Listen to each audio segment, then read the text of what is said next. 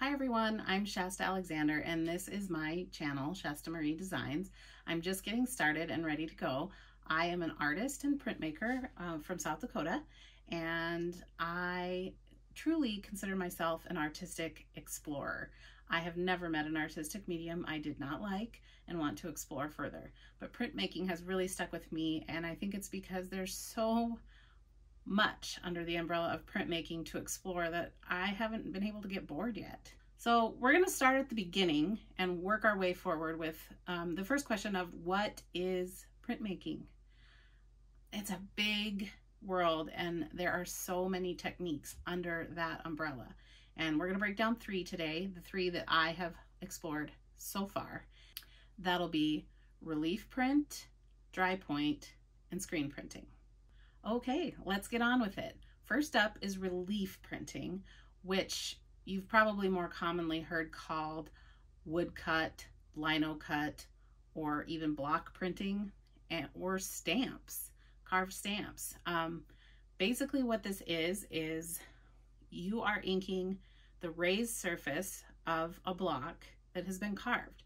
So everything that you carve away stays white, or the color of the paper, and everything that you leave behind in the relief is what takes the ink and what is transferred onto your paper. And now it doesn't have to be paper. It can be wood, fabric. Heck, I've even printed on porcelain ornaments at Christmas time.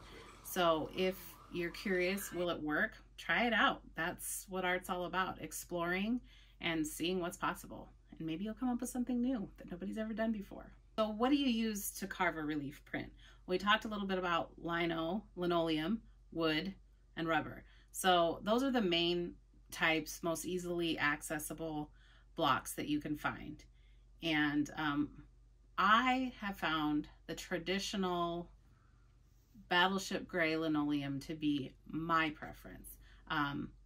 The rubber blocks are easier to cut through, easier to carve. They're softer, but that can leave you lacking some detail sometimes that you could get in a harder linoleum or possibly wood.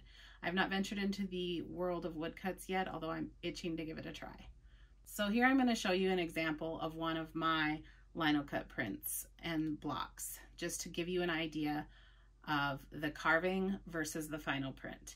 So you can see here, most of the block is carved away, and this raised portion that we talked about earlier is what's left behind, and that's where the ink will be rolled onto.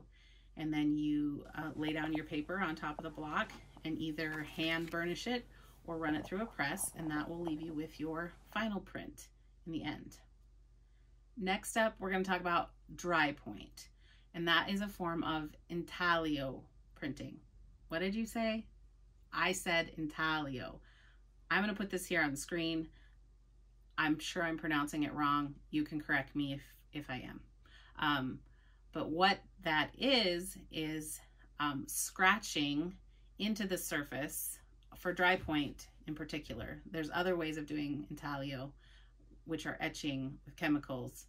I haven't even gotten there yet. It sounds cool. It sounds also like hard to set up at home, which is what I am, a home artist. I don't have a big studio. So for dry point, you're going to take a plate and you're going to take something pointy and you're going to scratch grooves or burrs into the plate for your image. Once you're done scratching that in, you'll wipe ink on and then you'll rub it back off. And what will be left is the ink in your grooves or burrs, which is then how you print. So you can see here, what I've done is etch onto, not etch, dry point. I've been corrected on this from a more prominent printmaker. So your dry point plate, I've used a plastic.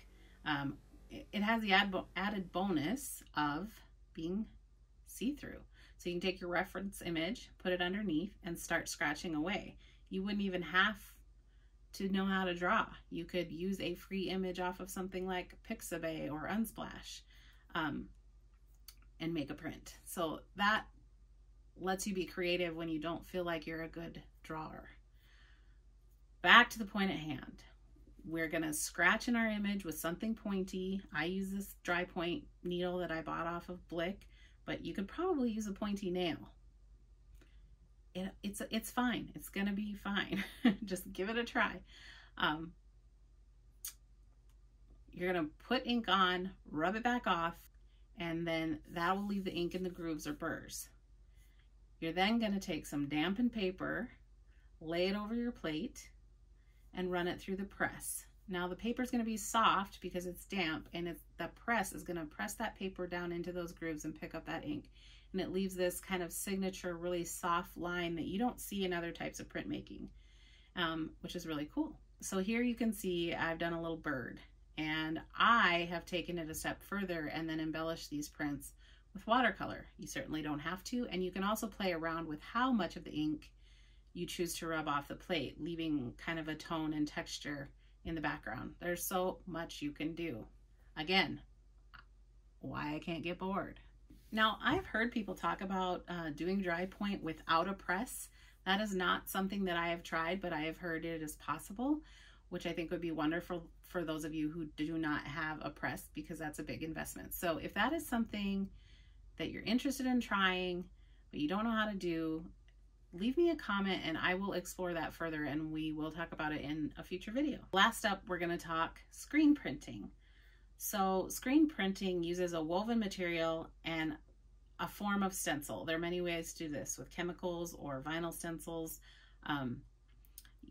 The stencil over the mesh leaves open areas of mesh where an ink or other material can be pushed through onto your paper or fabric substrate. So you've probably most commonly heard of this through the t-shirt industry. Your favorite band tees might be screen printed, but it can be also used in fine art printing. You can print mono screen prints by painting the ink directly onto the mesh and then screening them through, or you can use this to make labels or to print onto your packaging boxes. I've used this only a little bit, and that was to print some funny word puns onto some wine bags for craft fairs that I was selling at. So it can be explored further. One of my favorite printmakers, Sam Marshall, she will often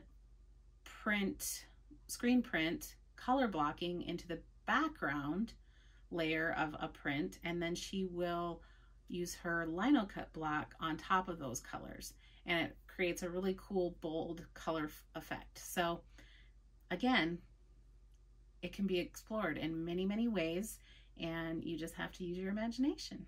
That's a wrap on these 3 techniques. I haven't tried any of the other techniques, so I'm not even gonna try to speak about them yet. If you like this video, I would appreciate it if you would give it a like and subscribe if you want more videos in the future. If you have any questions or comments, if I'm totally wrong about something, please let me know.